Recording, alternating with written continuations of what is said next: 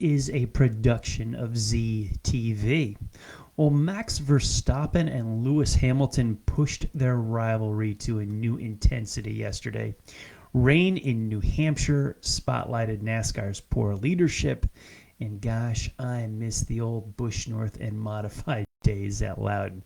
Remember those doubleheader Saturdays? Yeah, me too. Anyway, welcome to Speedway Report. We are live here on Monday, July the 19th, 2021. From the shores of a rainy Lake Norman, North Carolina, I'm Patrick Reynolds. Thanks for watching the fastest half hour in racing. Don't forget to subscribe to our YouTube channel. Just look up Speedway Report with Patrick Reynolds. You'll never miss a podcast and the weekly updates on the world of racing. Let's take a trip around the victory lane lap for this past weekend, tell you who won what, and we'll get into a lot of dissection because there's plenty to talk about. Let's start in New England. Up in Loudon, New Hampshire, the NASCAR Cup cars went almost 301 miles yesterday. Eric Almirola found his way into victory lane, has been fast, but been unlucky so far in 2021. Nice to see a new winner there. The Xfinity cars raced on Saturday for 200 miles. Christopher Bell was your winner.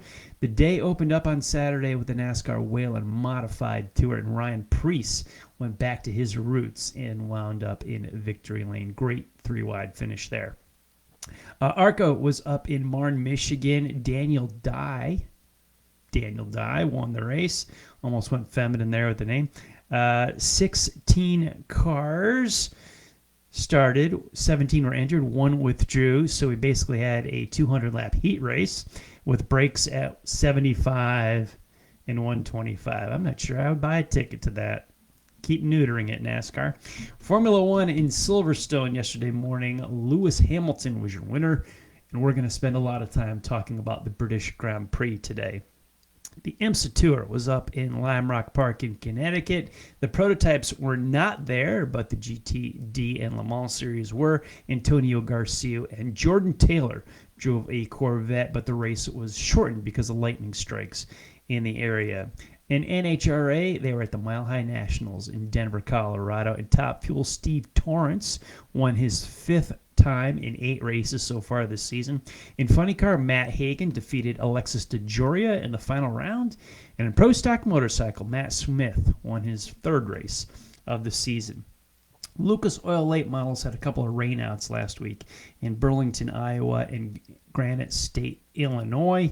On Saturday night, they did get the show in, and Jonathan Davenport scored his 3rd career Diamond Nationals in Wheatland, Missouri. Well, the Outlaw Late Models were up in the Great Midwest on Tuesday in Superior, Wisconsin. Since we were last on the air, Brandon Shepard wound up in victory lane. Then in Friday in Grand Forks, North Dakota, Dennis Erb Jr. was your winner. In Saturday, Fergus Falls, Minnesota, Frank Heckney's Jr. made his way to victory lane. And last night in Menominee, Wisconsin, Shepard backed it into the victory lane again. Now, the world of all-out sprint cars had a very, very busy week, jumbled by Mother Nature. A whole lot of racing, whole lot of money. Last Tuesday in Attica, Ohio, they ran the Brad Doty Classic, where Spencer Baston was your A-main winner. Then we went to Kings Royal Week at Eldora Speedway in Rossburg. On Wednesday night's Joker's Wild Race, Carson Macedo took the A-main. Then Mother Nature came in and jumbled the schedule on Thursday and Friday. So what we had was the doubleheader on Saturday, where we ran the 37th and the 38th annual Kings Royal races, one in the afternoon and a matinee, and another in the evening. The first $175,000 winner went to Tyler Courtney, and the nightcap, another $175,000 won by Kyle Larson. Then Friday night's race, the night before the Kings Royal, was moved to Sunday. That race that last night, where Macedo won again. Not $175,000, but still $12,000. But a big week of money for the sprint cars. USAC Midgets raced last night in Fairbury, Nebraska, where Emerson Axiom was your winner. Then locally in Bowman Gray Stadium was rained out close to me, and up in Pennsylvania, Grandview was also rained out. They're going to run, shooting for better weather this weekend. All right, let's talk about a whole lot that's going on in the world of racing. A couple of weeks ago, I don't want to go any further without mentioning George Marcus passing away. Long illness, but he was a sportsman competitor for many seasons up at Lebanon Valley Speedway in New York. Spent a lot of time getting to know him and his brother Robbie in my younger years. I remember noticing George and meeting him when the sportsman division first started as an alternative to the small block modifieds, giving guys hopefully a cheaper alternative. This was in the mid to late 80s. Raced alongside him a lot when I was working with Bobby Knipe. And then, gosh, he was just a fixture at the Valley for so many years in sportsman racing. The 91M Marcus Brothers car is still up at the Valley racing, but rest in peace, George, who passed away. I believe it was July 4th. So miss you, buddy. And gosh, I remember many, many good memories with him up at Lebanon Valley, New York. Rest in peace, George Marcus. Now let's jump into what caught my eye. A couple big things caught my eye, but what really grabbed me, first of all, was the crash at the British Grand Prix between Max Verstappen and Lewis Hamilton. Now, if you didn't see it or are unfamiliar with it, they shared the front row of the British GP, and they raced about a half a lap together hard. Almost crashed in my eyes several times, probably 3 or 4 times on that first lap, but didn't touch each other.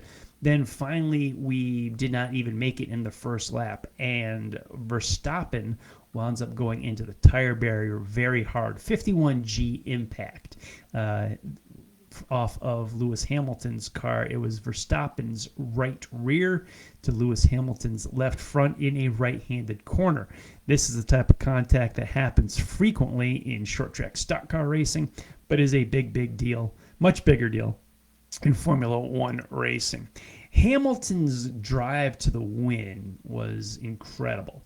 Following this race, or following the incident, the race was red flagged. Mercedes had a chance to repair the nose of Hamilton's car.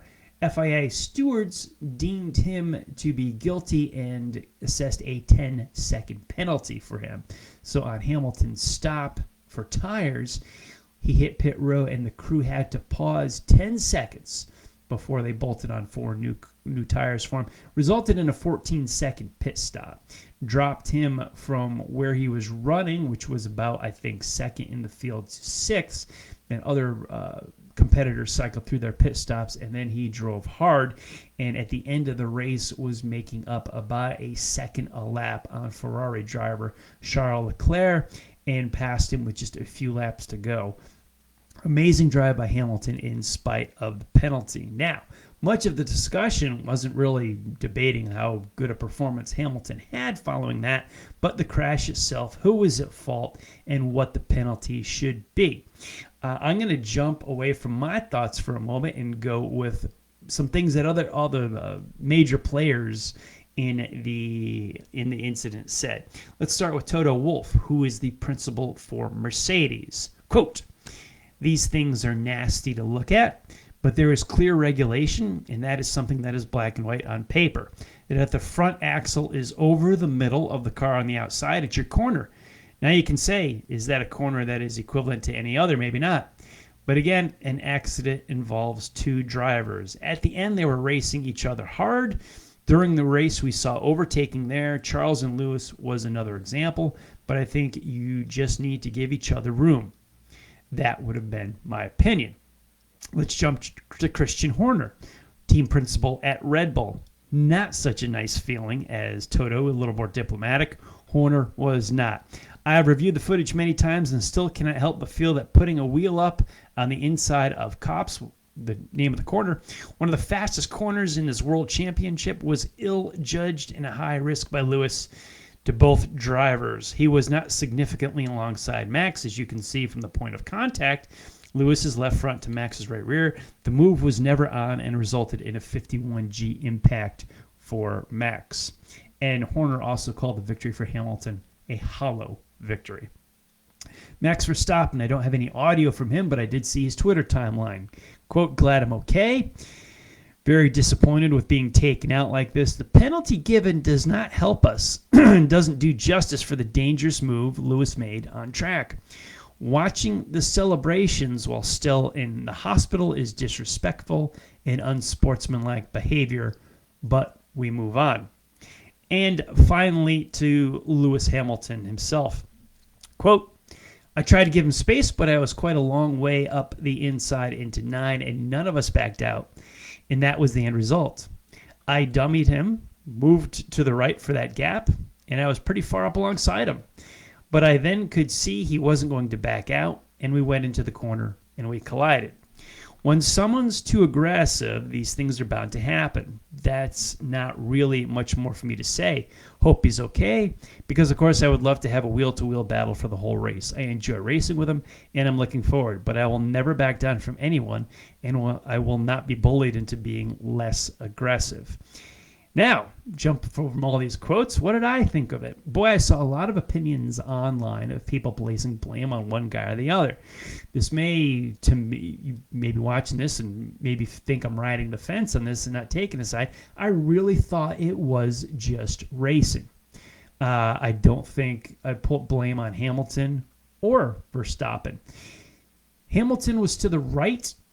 There wasn't a whole lot of room as Verstappen moved over to his right, but there was a lane on the right-hand side of the track. Hamilton was not ahead of Verstappen, but he was alongside him. They were literally wheel-to-wheel.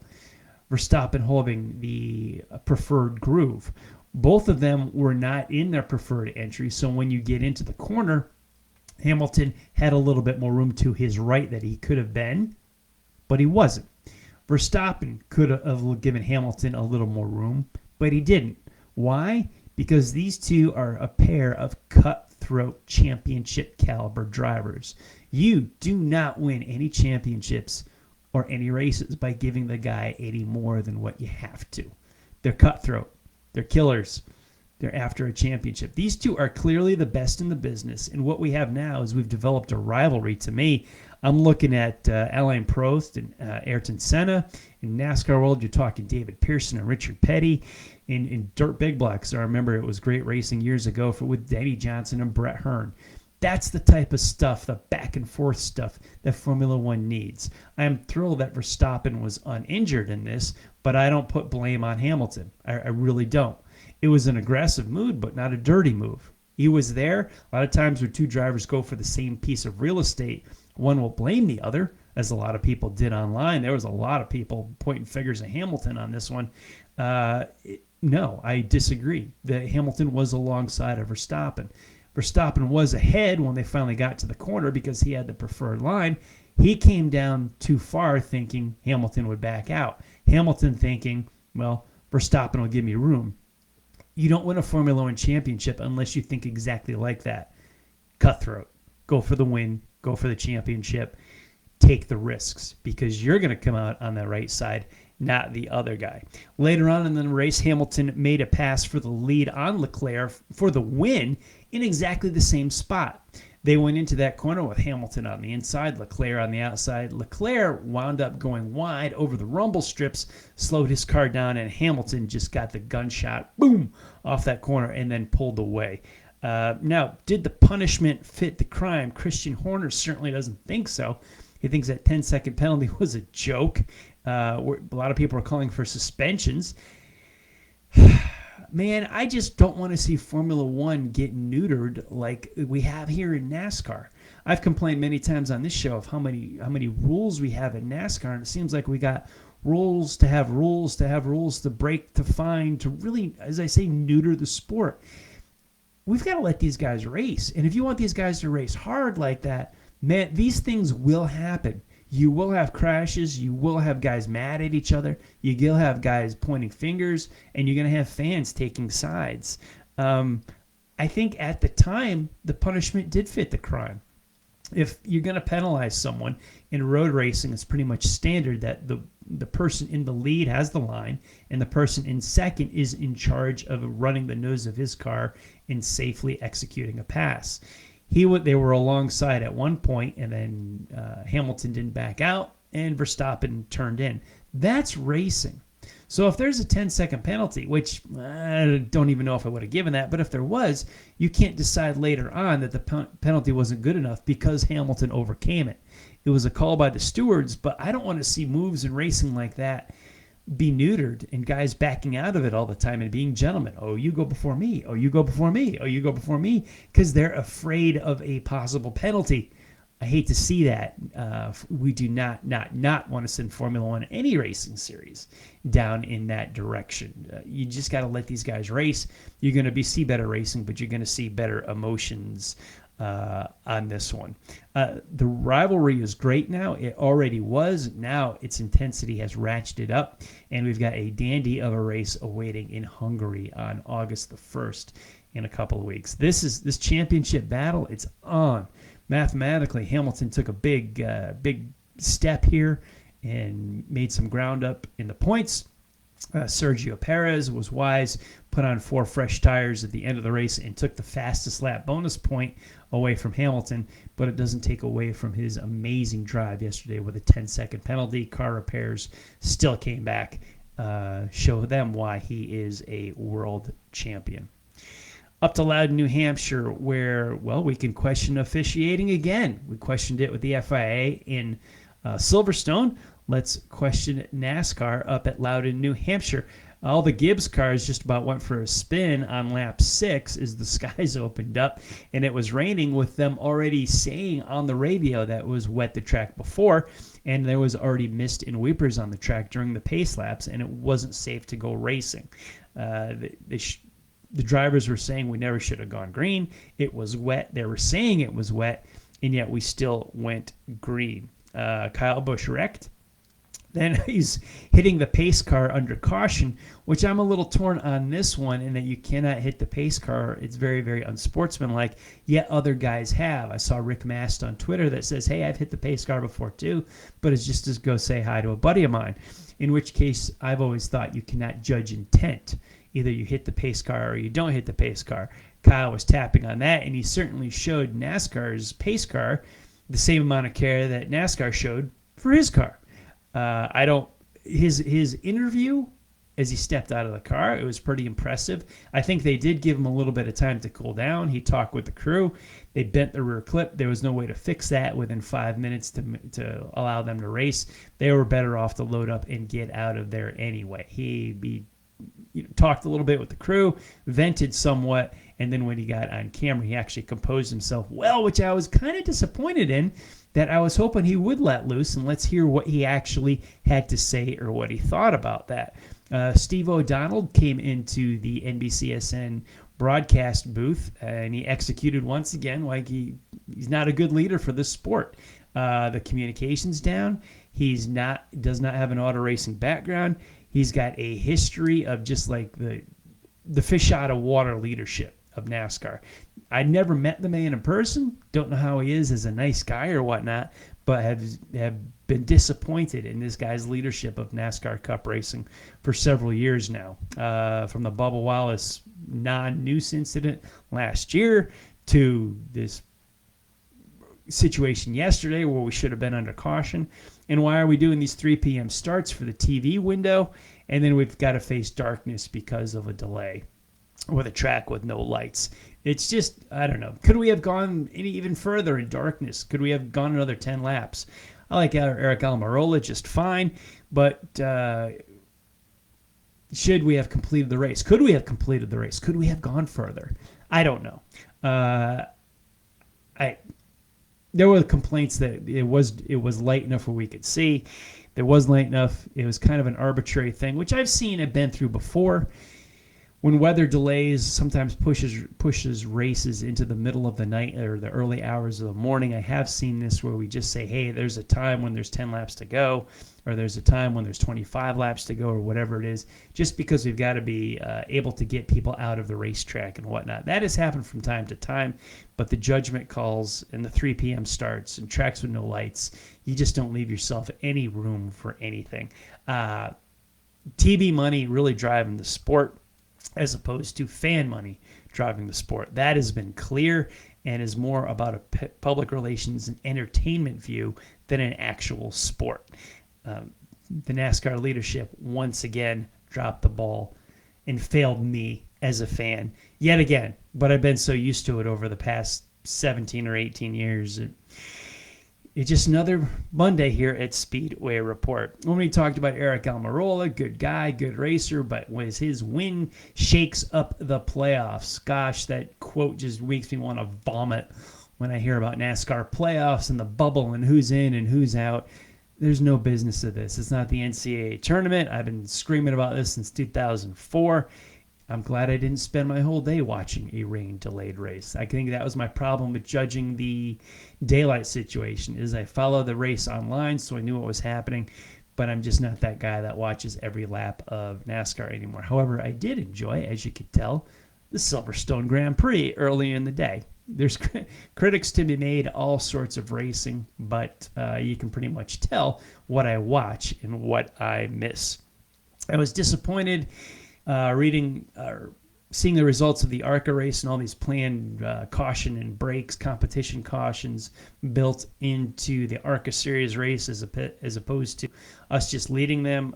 Read an article recently about Billy Venturini. Same thing. We've got glorified practice sessions without live pit stops, and you know when the cautions are coming. We got a heat race. We're going 200 laps. Again, NASCAR has neutered another piece of their empire. And gosh, I'm watching Saturday at Loudon with the modified race, which, gosh, I wish was still on Speed TV. Remember that? And the Busch North, remember those? Gosh, TNN was great to cover races like that. And I miss those. Like the ARCA Series wasn't there. NASCAR owns it. They were out in the Midwest. The ARCA East Series, which is old Busch North Series, didn't even race. I guess they won't race at New Hampshire this year. And it's just, gosh, we had such a good thing. 60, 70 Busch North cars used to show up. 50, 60 modifieds would show up for 40 spots in each race. We just don't have that anymore. Why? Where did it go? Everything changes, but why does something go good turn to something less and so bad? I don't know. I still love the modifieds. I wish Busch North was still around. But those were just magical Saturdays up at the Magic Mile. Looking at our Speedway Report Racer of the Week and a tip to Dave Despain and Motor Week Illustrated. I'm going to piss off some people with this choice, but I'm going to tell you that drive I saw Sunday morning by Lewis Hamilton coming from a 10-second penalty back to dominate and close a second a lap on Charles Leclerc, finally overtake him. That is a Speedway Report Racer of the Week. I thought he was aggressive with his crash and Max Verstappen. Not dirty, but championship caliber. And he come away with the car and the drive. Took the Formula One series to school on Sunday. I don't know what the bigger reward is for him, winning at Silverstone or the Speedway Report Racer of the Week. Yeah, Lewis, if you ever catch this online, congratulations, buddy. Great race. Fantastic drive that you did on Sunday. In between our broadcasts, you can keep up on the sport with SpeedwayReport.com. Loads of downloads, loads of archived shows. You want to catch something for your summer road trip?